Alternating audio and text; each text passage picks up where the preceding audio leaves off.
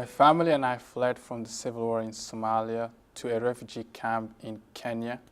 We were hungry and we were scared. 10 years ago, I immigrated to the US. I wanted a future without hunger and without fear.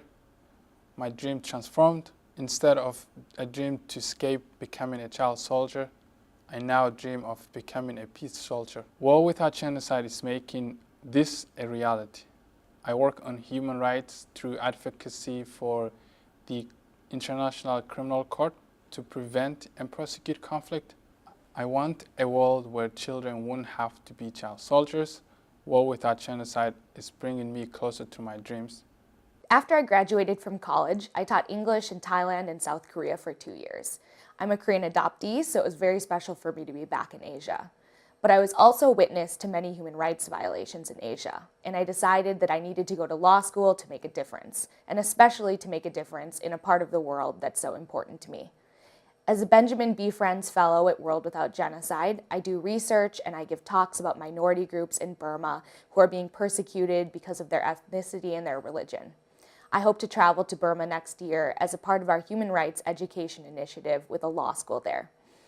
I'm doing meaningful work now. I'm beginning my career in human rights while I'm still a student. Thanks for making this happen.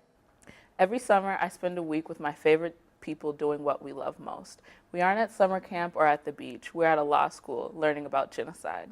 The Summer Institute for high school and college students brings together people who are just as dedicated to human rights as I am. We found our community at the Institute.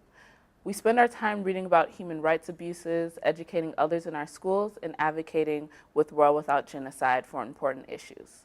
I've learned that when I stand up to do what is right, even if I'm the only one in the room, or on the street, or in someone's office, I'm not really alone. I'm never alone. We're all standing up wherever we are. Together, we are a force. We are the newest generation of human rights activists.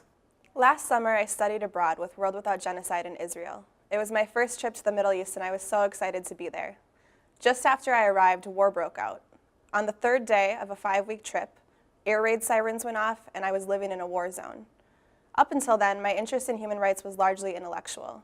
But all of a sudden, I was confronted with the daily threat of rocket fire. I was constantly checking the news and assuring my family and friends back in the United States that I was fine.